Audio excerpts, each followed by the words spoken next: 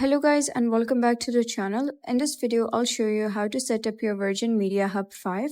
The installation process normally takes between 10 and 30 minutes. Before getting started, make sure you have your Hub 5, the power adapter, and the white coaxial cable that connects to your wall outlet. To begin, choose a suitable place for the hub. It's best to keep it close to the Virgin Media wall socket in an open, elevated area if possible. Try not to place it inside cabinets or other enclosed spaces as this can reduce your Wi-Fi signal. Next, connect the white coaxial cable to the wall outlet, then attach the other end to the cable port on the back of the Hub 5 and tighten it securely. If you're using a separate modem along with your router, make sure everything is connected correctly before moving on. Now plug the power cable into the hub and switch it on. The hub will begin starting up and may install updates or restart automatically during the setup process.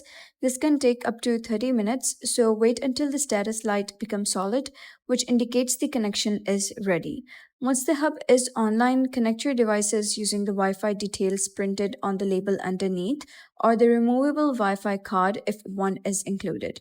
You can then join the network from your phone, computer, smart TV, or any other wireless device.